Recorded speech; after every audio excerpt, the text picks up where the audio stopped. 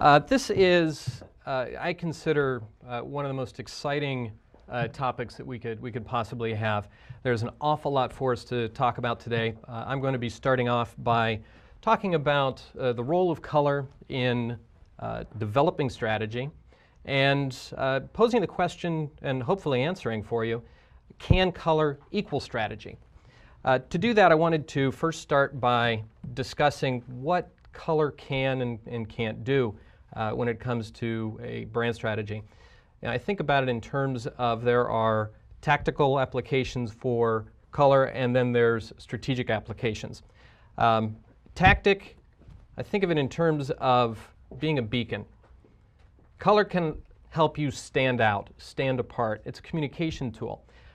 What I love about color is that not only can it be that beacon, but it can also be a badge, meaning that it can stand for something. It can have meaning, and the meaning can be either intrinsic or learned.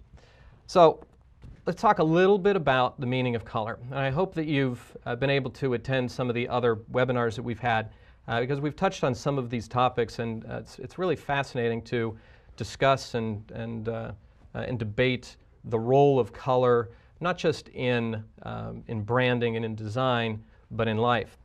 So think of this in terms of color can be can have either a meaning that is intrinsic to the color, meaning that it's part of being a human being, it's hardwired in there.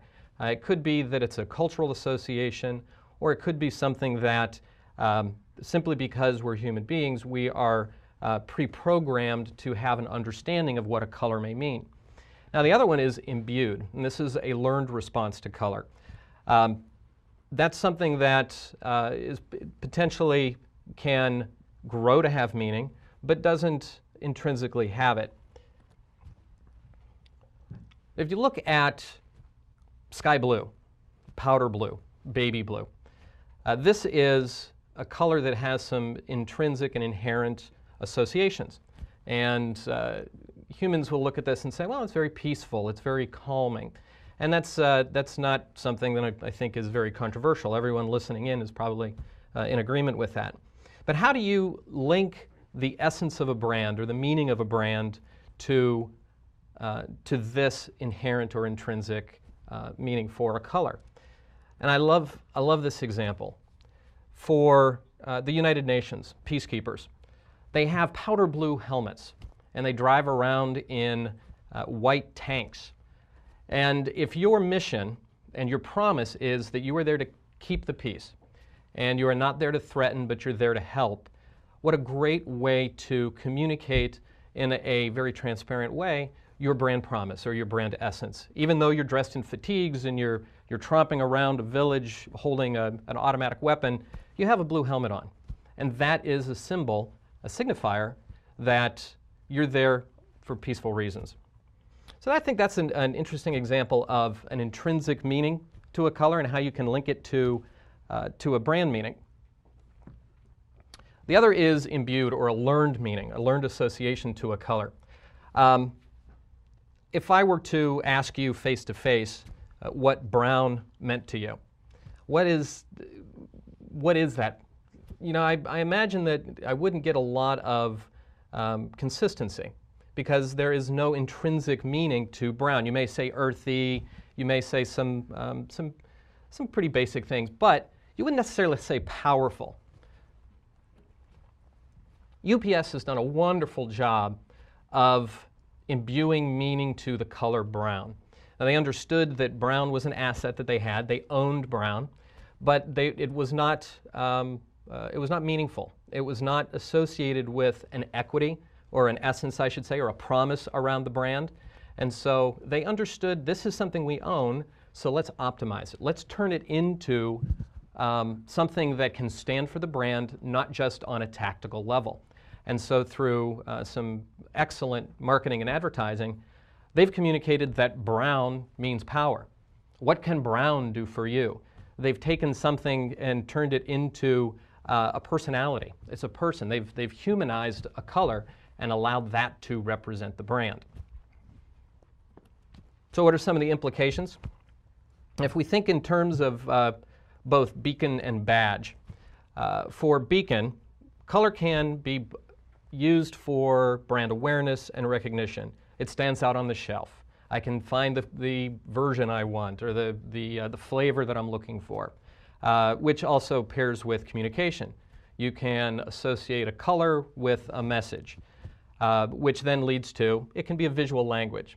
And it's part of a vernacular that you can build around your brand, an entire language. Now, when it comes to the badge value or the emotional and deeper meaning around a color and association with a brand, you can think of it in terms of it being a tangible asset. It's a piece of equity. And the example for UPS, I think, is a good one. It has meaning, which, going to the next point, leads to an emotional bond. If you are the United Nations and you are powder blue, you are associated with peacefulness. And that is an example of how that emotional bond makes that connection. So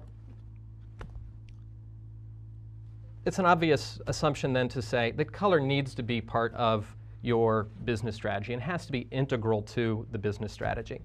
And whether it is badge or beacon, whether it's tactical or strategic, or the tactic supports a strategy, it's a critical tool.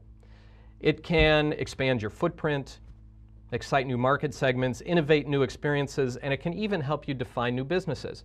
If you understand that a certain color represents a segment that you want to be in, you can stake a claim to that color, you can link an association to that color, and voila.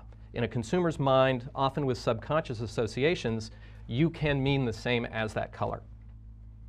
So as we go through this this afternoon, we're going to have a few polls for you. And we're here on our first one. I'm going to take about 10-15 seconds to let everybody go through this and answer the questions. But the question is, how well does your strategy leverage the power of color? And it's a ranking from 1 through 5, very well through not at all. And after we have a chance to receive the input, tabulate it, I'll share that with everybody, and we'll have a little discussion about the outcome. So it's a great thing when you can bring all of this theory to life. So what I want to do now is take a look at strategy through the lens of packaging. And I have a handful of examples here that have been supplied to us from our friends at Brand Packaging, Jennifer and Pauline. And they are examples from their forthcoming book, which is a showcase of design, the best of innovative design of 2007. 5 from Wrigley. Now, I assume most people are familiar with this. It's absolutely groundbreaking design. It's gum. And it's groundbreaking on a lot of levels, but I want to focus primarily on color, of course. Color is used in this example as a storyteller. The green is for the rain variant. The orange is for flare, the blue is for cobalt. And simply because we all have intrinsic and subconscious associations to color, we know that this light green is going to be something soothing. Same thing with the cobalt. It is a very calm, soothing color, which clearly associates with the variant. And it's obvious with flare, the fire, the flame, that's a very spicy kind of flavor profile. So it's a nice shortcut toward communicating to your consumer. You don't have to put words on the package. You don't have to be really obvious. You don't have to hit them over the head when you can rely on the power of color in your strategy.